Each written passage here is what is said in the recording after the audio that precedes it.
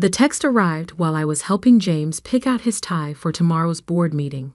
Nothing special, just his standard, under-the-radar Brooks Brothers in Navy.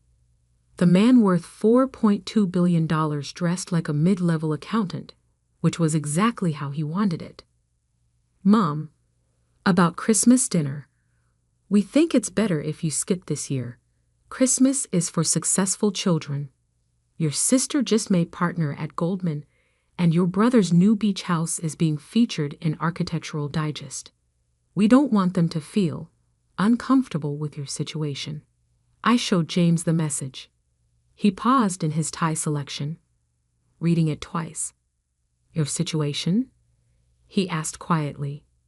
You mean your job as Chief Strategy Officer at my company? No, I smiled, straightening his collar. They think I'm still a secretary because that's what I told them 3 years ago. They never asked for updates. The irony wasn't lost on either of us. While my sister Diane posted weekly LinkedIn updates about her junior partner status, and my brother Mark shared daily Instagram stories about his real estate empire, I'd spent the last 3 years helping James build BiteCore Technologies into a $50 billion company. Tomorrow, we'd announce our acquisition of Robertson Systems, a deal I'd orchestrated that would shake the tech industry. But my family didn't know that. They just knew I'd met a nice IT guy at work. Mom, we're sure you understand. Maybe next year if things improve for you. James took my phone, read the new message, and his usual calm expression shifted slightly. We could tell them, he suggested. The deal goes public at 9 a.m. anyway. No, I said, selecting his cufflinks, silver, understated, worth more than my brother's beach house. Let them have their Christmas dinner. Tomorrow will be interesting enough. My relationship with success had always been complicated in the Davidson family. Diane, the eldest, collected degrees like trophies. Harvard MBA, Wharton certificate, Goldman Sachs business cards she accidentally dropped at every family gathering. Mark, the middle child, had leveraged our uncle's connections into a modest real estate business that he marketed as an international property empire, despite owning exactly 3 rental properties in New Jersey.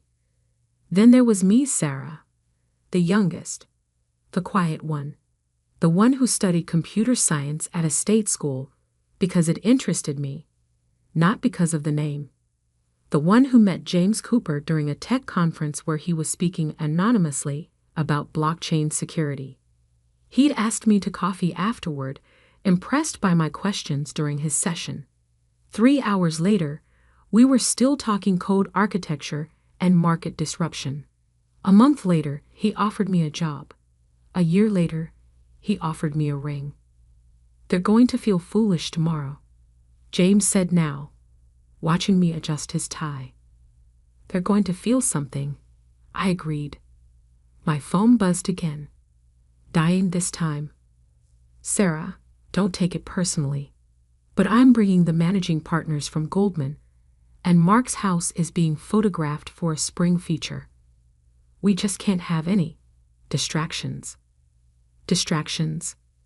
Last week, I'd finalized a $12 billion acquisition deal in a conference room while Diane was posting about her power lunch with associates. You know, James said thoughtfully, we could move up the announcement. Release it tonight instead of. No, I cut him off gently.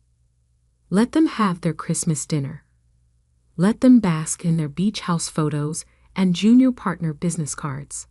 Tomorrow is soon enough. He studied my face. You're too kind to them. I'm not kind. I corrected. I'm patient. My phone lit up with a family group chat. Pictures from the pre-dinner preparations. Mom's table set with her best china. Name cards placed with precision. Diane posing with her Goldman Sachs tote bag strategically visible.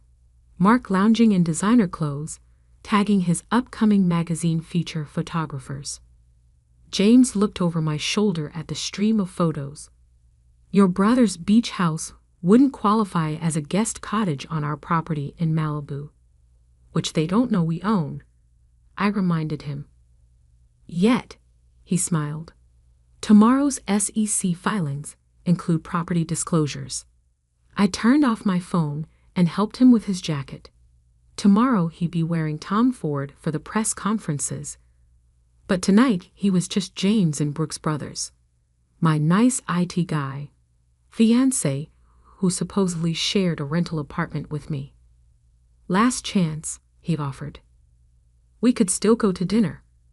Watch their faces when the photographer from the Wall Street Journal calls you for comment on the biggest tech acquisition of the year. I kissed him softly. Tomorrow, I said. Tonight, let them feel successful. He nodded, understanding as always. What time does your family usually check their phones in the morning? Mom reads business news at 8 a.m. sharp. Diane has Bloomberg alerts set up. Mark Googles himself hourly. So by 9:15, they'll know exactly who my nice IT guy is, I confirmed, and exactly what their unsuccessful daughter has been doing while they were posting on LinkedIn. James grinned. Merry Christmas, Sarah Davidson, secret tech mogul. Merry Christmas, James Cooper, intentionally terrible dresser. My phone buzzed one final time. Mom again. We've sent you a grocery gift card. For the holidays. Since we know things are tight, I added it to my screenshots folder titled Christmas 2023. Before. Tomorrow would begin a new folder. I was thinking of calling it After. The quiet ones, I've learned, often have the best stories. They just wait for the right moment to tell them. Christmas morning dawned cold and clear in our Palo Alto estate. I sipped coffee from my favorite mug, a chipped one from my first programming competition, while watching James review the final press release on his tablet. Markets open in 2 hours, he said, glancing at his watch. Want to practice your surprise face for when your family calls? I pulled up my phone's Do Not Disturb settings, already configured, only letting through calls from the board and our PR team until noon. The acquisition of Robertson Systems wasn't just another tech deal. It was a paradigm shift. Bytecore's quantum encryption technology, combined with Robertson's AI infrastructure, would transform digital security. The $12 billion deal I'd structured would look like a bargain within months. My family's group chat was already active with Christmas morning photos. Diane in silk pajamas, showcasing gifts from my Goldman team. Mark posing beside a luxury car he probably rented for the shoot. Mom orchestrating the perfect family tableau, minus her youngest daughter. The photographer from Forbes is confirmed for 11 a.m. James's assistant texted. They specifically want shots of both of you in the strategy room where the deal was finalized. I smiled, remembering the countless nights I'd spent in that room, building models and running projections while my siblings posted about power lunches and property viewings. At exactly 8:57 a.m., James took my hand. Ready? I nodded. The press release went live at 9:00 a.m. sharp. Within seconds, every major financial news outlet was running the story. Bytecore Technologies acquires Robertson Systems in $12 billion deal. Tech giant's landmark acquisition orchestrated by CSO Sarah Davidson. James Cooper and Sarah Davidson, Silicon Valley's power couple, reshapes tech landscape. My phone exploded. The carefully configured Do Not Disturb held firm, but I could see the notifications piling up. Diane's Bloomberg alerts must have been screaming. The Wall Street Journal's headline was my personal favorite. Sarah Davidson, the silent strategist behind tech's biggest deal of 2023.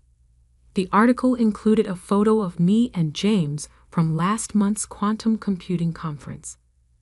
Me and Channel, him finally wearing Tom Ford, both of us looking decidedly unlike a secretary and an IT guy. Your mother just tried to call 4 times in 3 minutes, James observed, checking the security desk's message log. And your brother's car just was turned away at the gate. I took another sip of coffee. How long until? My laptop chimed with an email notification. From Mom, marked urgent. Sarah, darling, there must be some confusion about Christmas dinner. Of course you're welcome. We're all so proud of your unexpected success. Please come. Bring James. Diane's Goldman partners would love to discuss potential synergies. James read over my shoulder and laughed. Synergies? Yesterday, they sent you a grocery gift card. Another email. From Diane? Little sister, why didn't you tell us? I could have introduced you to our tech investment team. Though obviously you didn't need my help. Can we meet for coffee? My managing partner is very interested in Bytecore's potential IPO structure. Mark's attempt was perhaps the most transparent. Sis, just saw the news. Listen, I have this amazing property in Silicon Valley that would be perfect for a Bytecore satellite office. Let's discuss over dinner. The same property he refused to show me 3 months ago because I wouldn't understand the luxury market. Your aunt is on CNBC commenting about how she always knew you were the smart one. James noted, turning up the television volume. Indeed, there was Aunt Patricia, whom I hadn't heard from in years, telling a financial reporter about her brilliant niece Sarah, and how our family has always valued innovation over traditional success metrics. My phone continued its silent vibration as texts and calls piled up. Cousins who'd ignored me at family events. Uncle Robert who'd lectured me about settling for a basic tech job. Even my 3rd-grade teacher had somehow found my contact information to congratulate her most promising student. The Forbes photographer will be here in an hour, James reminded me. We should change. I nodded, but didn't move yet. Just watched the notifications accumulate. 3 years of calculated silence leading to this moment. Having regrets? James asked softly. About not telling them sooner. I thought about all the family dinners I'd sat through, the subtle digs about my limited career prospects, the suggestions that I should learn from Diane's ambition or follow Mark's entrepreneurial spirit. No regrets, I said finally. They needed to believe I was unsuccessful to show who they really are. Now they need to believe I'm successful for the same reason. James smiled, understanding as always. And who are you, Sarah Davidson? The same person I was yesterday, I replied, just with better press coverage. My laptop chimed again. Mom had forwarded the family's Christmas dinner photo to me, adding, Look how empty the table looks without you. James's place card is already set. We're serving his favorite wine. What is his favorite wine? I closed the laptop without responding. Let them sit with their empty chairs and hollow successes for a few more hours. The Forbes photographer would capture a different kind of success, one built on substance rather than show. Should we take the Bentley to dinner? James teased. Really make an entrance? No, I smiled. Let's take your old Volvo. Some things should stay understated. After all, true power doesn't need to announce itself. It just needs to be revealed at the right moment. The Forbes photo shoot wrapped at 11:45 a.m.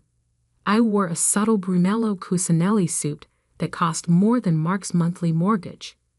while James finally abandoned his Brooks Brothers for proper billionaire attire. The photographer captured us in the strategy room, surrounded by the evidence of our actual success. Digital displays showing real-time encryption data, market projections, and the morning's soaring stock prices. One more thing, I told the photographer before he left. Could you send a copy of that grocery gift card shot? He grinned, understanding immediately. The final photo in the spread would show the $100 grocery card my mother had sent, casually placed beside the acquisition agreement's $12 billion figure. Petty, James asked when the photographer left. Educational, I corrected. By noon, my family's desperation had reached new heights. Mom had progressed from text to emails to having her assistant call our office. Diane abandoned all pretense of professional distance, sending LinkedIn, Facebook, and Instagram messages simultaneously. Mark took the direct approach, showing up at Bytecore's headquarters only to be politely informed that Ms. Davidson's schedule is fully booked through January. Your mother's on her fourth attempt to reach our private line, James's head of security reported. Should we continue the standard response? Ms. Davidson is in meetings regarding the Robertson integration. Message noted. Nothing else. The family group chat had transformed into a festival of backpedaling. Mom, found these lovely photos from Sarah's coding competitions. Our family has always valued technical innovation. Photo obviously pulled from my old high school website. Diane, remember when baby sis built her first computer?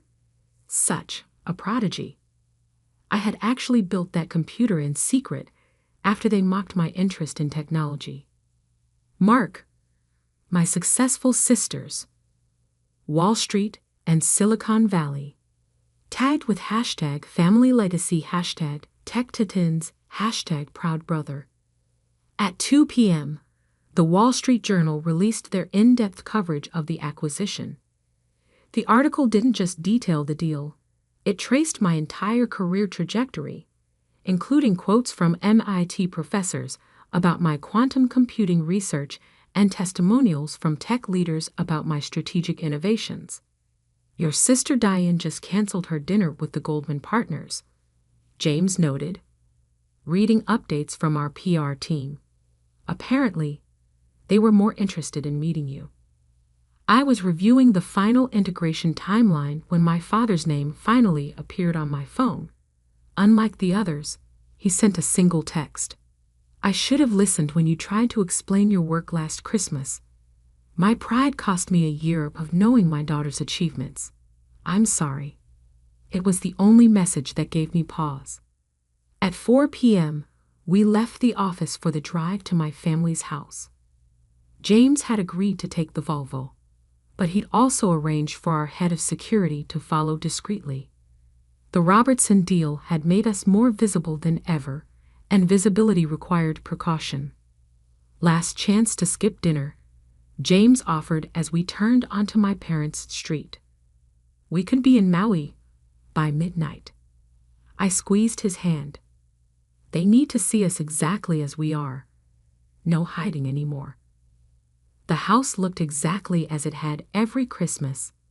Lights perfectly arranged. Wreaths precisely hung.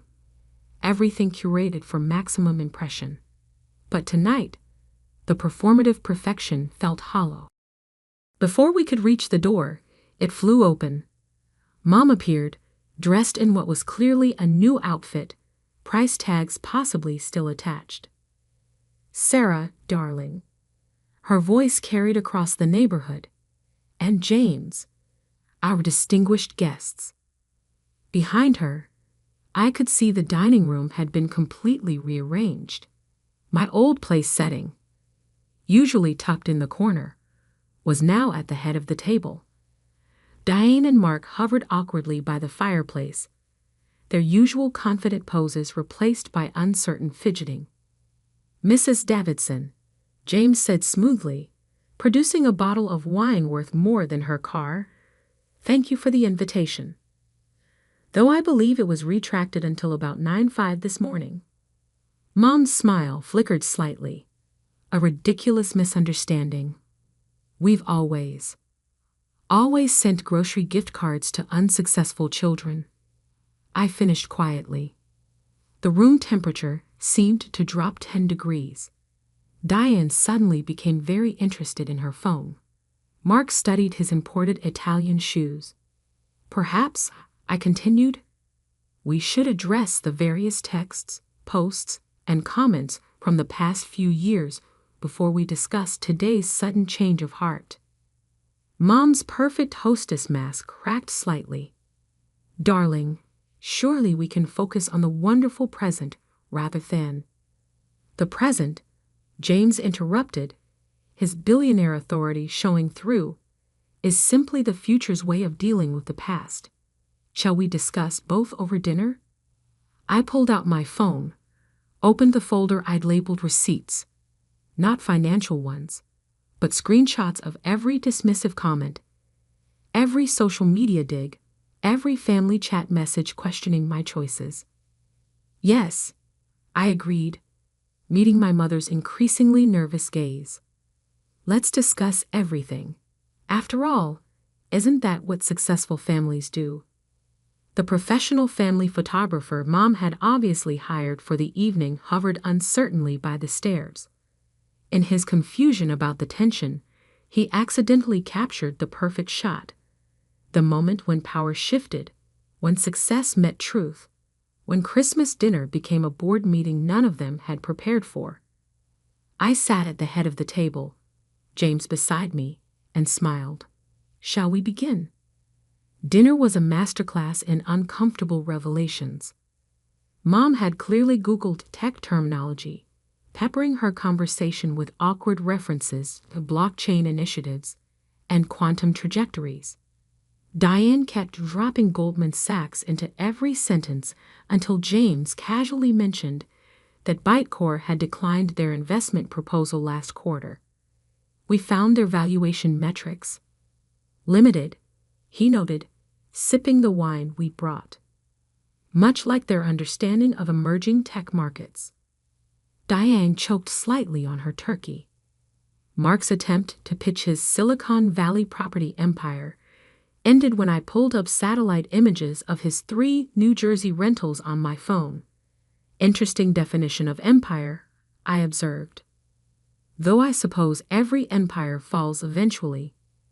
Sarah, Mom interjected, perhaps we could focus on your wonderful news instead of past misunderstandings? I set down my fork. You mean the news that was too unsuccessful to merit a Christmas invitation this morning? The photographer Mom had hired shifted uncomfortably in the corner. James gave him a subtle nod, encouraging him to keep shooting. Every awkward moment deserved documentation.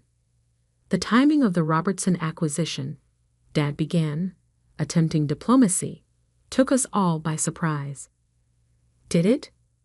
I opened my phone's gallery, like when I tried to explain quantum encryption at last year's Christmas dinner, and Mark said I should leave tech to the professionals and focus on finding a better job. The photos appeared on the dining room's built-in display screen, a feature James's team had quietly installed an hour before dinner. Each image showed a different moment of familial dismissal. Diane mocking my basic tech job at her Goldman Sachs celebration. Mark explaining real estate to me at Thanksgiving. Mom's carefully cropped family photos that minimized my presence. Or perhaps, I continued, advancing through the slideshow, we should discuss the family investment fund that excluded me because, quote, Sarah's career limitations might compromise our portfolio diversity. Mom's perfect hostess smile cracked further. Darling, we simply didn't understand. No, James interrupted politely, you simply didn't ask. Sarah led the quantum computing revolution at Bytecore while you were sending her grocery gift cards. She architected a $12 billion acquisition while you were apologizing for her career choices to country club friends. The silence that followed was expensive enough to fund a startup. The Robertson deal, I added quietly, was finalized in October. I could have told you then, could have watched your opinions change with the stock prices. But I wanted one last honest Christmas. One final revelation of character. Diane's Goldman Sachs portfolio, which she prominently displayed on the side table, seemed to wilt under the weight of context. Bitcore's market cap, James noted casually, exceeded Goldman's total tech investment portfolio this morning. Interesting metrics on success, wouldn't you say, Diane? Mark attempted recovery. Well, family is more important than success, I finished. Fascinating perspective from someone who uninvited me this morning for not meeting the family's success threshold. The photographer captured it all. Mom's frozen smile, Diane's wilting confidence, Mark's deflating bravado. Christmas dinner became a shareholder meeting where every past dividend of disdain paid out in uncomfortable returns. I have a proposition, I said finally, after the creme brulee had been served and mostly ignored. A family revaluation, if you will. They leaned forward, desperate for redemption opportunities. From now on, we measure success by substance, not show. Achievements by impact, not announcements. Family by support, not status. I met each of their eyes. Those are my terms for continued investment in these relationships. Of course, Mom agreed quickly. Family is everything. No, I corrected gently. Family is what we build through actions, not what we claim through blood. I've built something real while you were building appearances. The question is, what will you build now? James checked his watch. The Asian markets open soon. We should head back.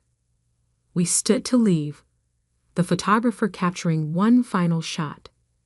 Me in my understated designer suit, James in his billionaire's casual wear, standing against the backdrop of my family's carefully curated success theater. Sarah, Dad called as we reached the door. Your message this morning, about listening. I'm ready to hear about your work now. Really hear it. It was the only moment that it felt genuine. I handed him my card, not the Bitcore executive one, but my personal email. Start with understanding, I suggested. Success usually follows. In the car, James took my hand. Proud of you. For the Robertson deal. For giving them a path to earn trust rather than buy it. My phone buzzed with notifications from the Asian markets. Bitcore's stock was soaring. The Robertson integration was exceeding projections.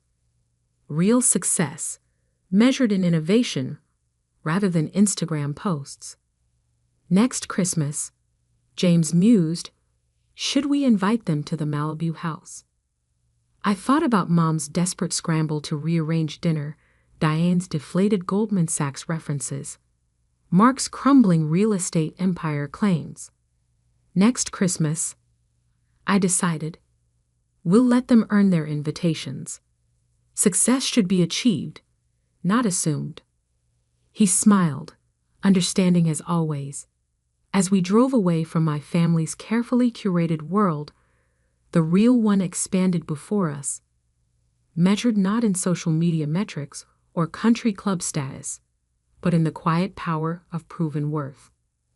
Sometimes the greatest success lies not in what you achieve, but in who you remain while achieving it.